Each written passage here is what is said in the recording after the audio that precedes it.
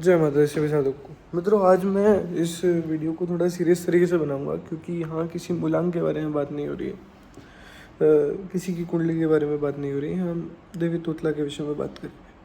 माता तोतला, माता भगवती तोतला, जो हिमाचल में, हिमालय में बहुत ज़्यादा पूजी जाती हैं, जो उनके योगियों द्वारा बहुत ज़्यादा अधिक पूजी जाती हैं, जिनको औषधि की देवी कहा जाता है। उन देवी को माता तारा का एक स्वरूप बताया गया है। देवी तोतला, जिनके 4 मुख हैं, जिनके 3 मुख बहुत ही ज़्यादा आकर्षणमय हैं, वो साधक को सब कुछ देने वाले हैं, किंतु उनका चौथा मुख जो बहुत भयावह है, माना जाता है मुख किसी भी और चला जाए तो वहाँ मृत्यु मंडराने लगती है, यानी मृत्यु होने लगती है लोगों की।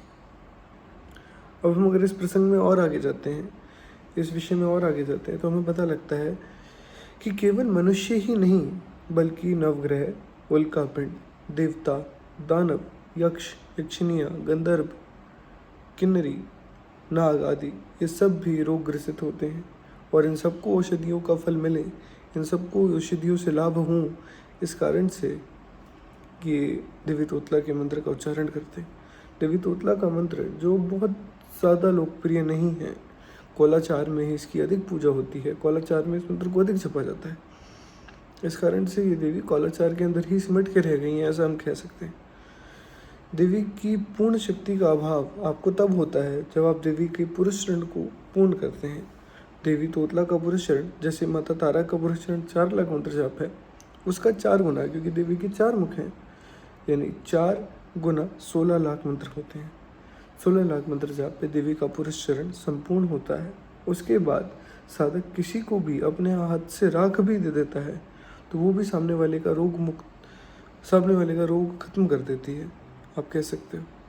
लेकिन इससे आप ये मत समझ लीजिएगा कि आपने 16 लाख मंत्र जाप करा, आपको कोई अनुभव नहीं हुआ, आपके सामने देवी प्रत्यक्ष नहीं हुई, आपको कुछ भी ऐसा अभव्य अनुभव नहीं हुआ और आपने ज़मीन से मिट्टी उठाई और लोगों को देना शुरू कर दिया मंत्र पढ़ के, तो शायद नुकसान हो जाएगा। मंत्र सिद्ध होने के लिए, पुरुष चरण के लिए, आपको वो मंत्र की जब संख्या, उतना ध्यान, वही पूर्ण यंत्र की आवश्यकता पड़ती है। अन्यथा मंत्र कहीं ना कहीं जाके अटक जाता है। जब आप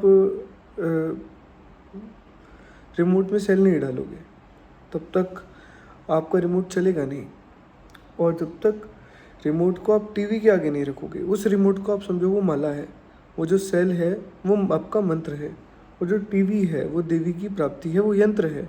जब तक आप उस यंत्र को चालू नहीं कर पाओगे तब तक आपके सामने वो नाटक, वो एपिसोड नहीं आएगा, है ना। और अगर आप अपने कमरे में बैठ के दूसरे कमरे की टीवी को चलाने का प्रयास करोगे तो वो शायद ना चले। इस कारण से सही दिशा, सही मंत्र, सही माला और सही यंत्र, इन सभी के कॉम्बिनेशन से ही देवी के प्रत्यक्षीकरण की संभावना सबसे अधिक ज़्यादा बढ़ जाती। और अगर आप इतना मंत्र जाप कर रहे हो और आपको अनुभव नहीं हो रहा है तो शायद कहीं ना कहीं आप गलत हो, या तो वो गुरु गलत है। अगर आप गुरु के निर्देशन में कर रहे हो और फिर कुछ अनुभव नहीं होता तो गुरु 1,00,000% गलत है।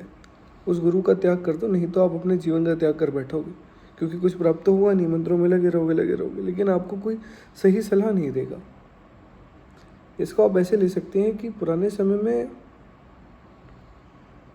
इन मंत्रों से लोग परग्रहियों से बात करते थे। आप ऐसे समझ सकते हैं कि इन मंत्रों से दूसरे ग्रह के लोगों से लोग बात करते थे, हमारे ऋषि मुनि बात करते थे।